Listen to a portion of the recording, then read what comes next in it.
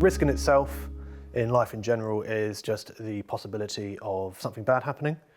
So whether that's anytime you get in your car, you're taking a calculated risk that you think it's worthwhile to get to your destination, such you do with your money, you invest it, knowing there's a certain risk element there, but the outcome you're looking to achieve, such as growth or generating an income, you're willing to take the risk. So risk in itself is ever present in life and with your finances. It's baked into the investing experience, so it's something to be embraced rather than run away from.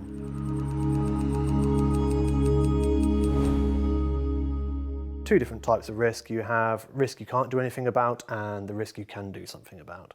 So the risks you can't do anything about are known as systematic risks or market risks.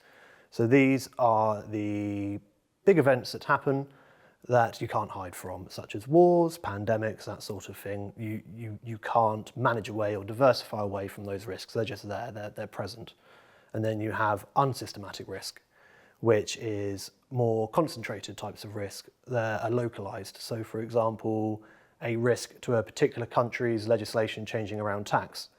That happening in Zimbabwe is not going to have a knock-on effect in North America, for example. So those are two different types of risks. One you just have to accept, the other there are things you can do to mitigate against it.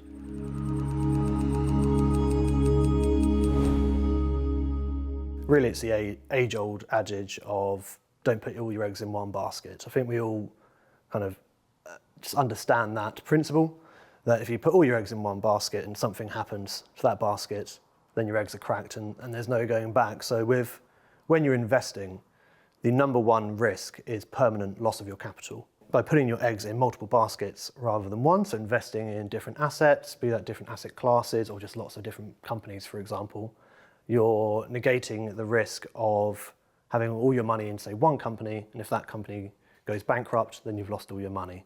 But if you have your money across multiple companies, if one company goes down, well, then you've got all these other baskets where you still have money to work for you over the long term.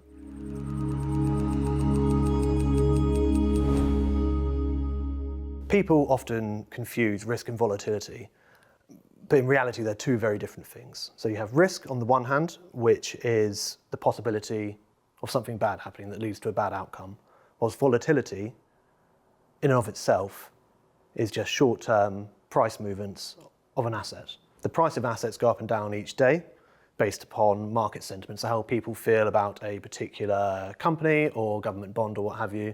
That price will change, it will fluctuate. Much as our house prices fluctuate, but we just don't have stock exchanges where we can see the movement of our house prices each day. So people are always willing to pay different prices for things over time, and it's nothing to be afraid of.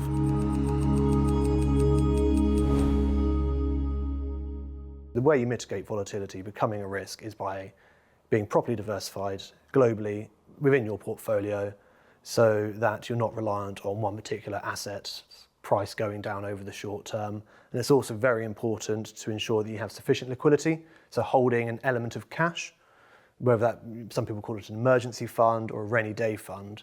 So if there is a period of market volatility or a market downturn and you need cash, you have that safely sitting in cash where it's not affected by those price movements, and you can fix your roof or buy your car, whatever you need to do.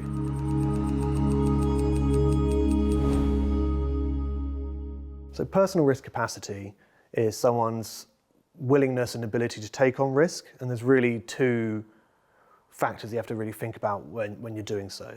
So you have the ability for them to do it, so actually looking at the quantifiable things, so looking at their financial situation. Does this person have the ability to take on the risk? And then if the answer is yes, do they have the willingness to do so? So do they have the emotional capacity to feel comfortable taking on that risk? It can be really beneficial to work with a financial planner when trying to determine your own risk capacity, because we're often too close to our own situation, and bringing in an objective third party who can take a step back and help give you that clarity so you can then make better decisions.